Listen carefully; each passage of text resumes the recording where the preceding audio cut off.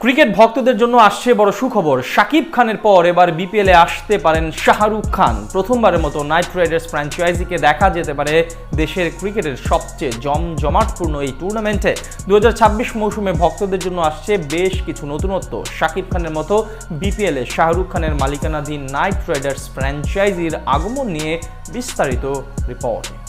গত বিপিএলে প্রথমবারের মতো ফ্র্যাঞ্চাইজি মালিকানা নিয়ে চারদিকে তোলপাড় সৃষ্টি করেছিলেন দেশের সিনেমা জগতের সবচেয়ে বড় মেগাস্টার শাকিব খান। প্রথমবার অংশ নিয়েই ভক্তদের মন জয় করে নিয়েছিলেন তিনি, কিন্তু এবার আসতে পারে আরও বড় চমক। আগামী বিপিএলে দেখা মিলতে পারে শাহরুখ খানকেও।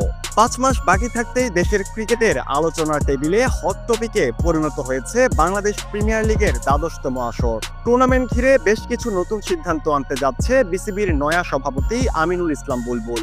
2025 মৌসুমে মাঠ ও মাঠের বাইরে ছিল বেশ কিছু বিতর্কিত ঘটনা, যা নিয়ে নেতিবাচক আলোচনা হয়েছিল চারদিকে। এবার সেই ভুল থেকে শিক্ষা নিয়ে নতুন প্রত্যয় নিয়ে আগাতে চায় সংশ্লিষ্টরা। প্রথমবারের মতো বিপিএল এ সুযোগ দেওয়া হচ্ছে বিদেশি মালিকানাধীন প্রতিষ্ঠানদের। গত আসরে পেমেন্ট ইস্যু নিয়ে বড় রকমের ঝামেলা সৃষ্টি করেছিল দুর্বার রাজশাহী ও চিটাগাং কিংস। তাই এবার তাদের বাদ দিয়ে ভিন্ন পথে হাঁটছে বিসিবি। বৈশ্বিকভাবে বিপিএল এর গ্রহণযোগ্যতা বাড়াতে এখন অন্যান্য টুর্নামেন্টগুলোর মতো বিদেশি মালিকানাধীন ফ্র্যাঞ্চাইজিদের আসার আমন্ত্রণ জানিয়েছে বিপিএল। তার প্রেক্ষিতে গুঞ্জন শোনা যাচ্ছে প্রথমবারের মতো বিপিএলে আসতে পারে শাহরুখ খানের নাইট রাইডার্স প্রতিষ্ঠান। আইপিএল সিপিএল এর পর এবার বাংলাদেশেও পদযাত্রা শুরু করতে পারে জনপ্রিয় প্রতিষ্ঠানটি।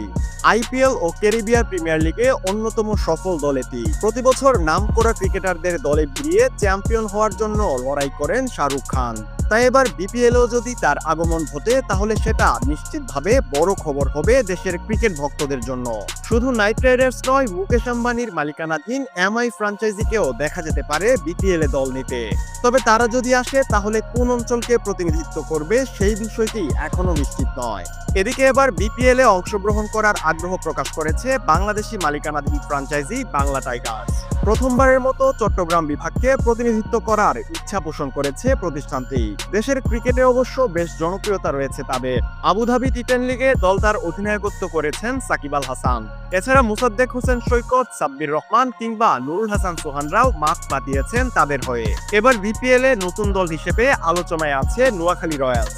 মেঘনাপাড়ের প্রতিনিধিত্ব করার জন্য ইতিমধ্যে বিসিবির কাছে ব্যাংক গ্যারান্টি প্রদান করেছে লন্ডন ভিত্তিক একটি প্রতিষ্ঠান। এদিকে বিপিএল এর ম্যানেজিং বিষয়ে আসছে বড় পরিবর্তন। প্রথমবারের মতো টুর্নামেন্টটির ম্যানেজিং ভার দেওয়া হবে বিদেশি কোম্পানির হাতে। সাথে এবারের আসরে সবকিছু থাকবে বিশ্বমানের ব্যবস্থাপনার আদলে। চলতি বছর নভেম্বর থেকে ডিসেম্বর মাসে মাঠে গড়াতে পারে টুর্নামেন্টের দ্বাদশতম আসর, যেখানে পুরনো 5 দলের সঙ্গে যুক্ত হতে পারে নতুন 2টি ফ্র্যাঞ্চাইজি। সাথে ঢাকা, চট্টগ্রাম এবং সিলেটের সাথে বাড়তে পারে নতুন একটি ম্যাচ ভেন্যুও।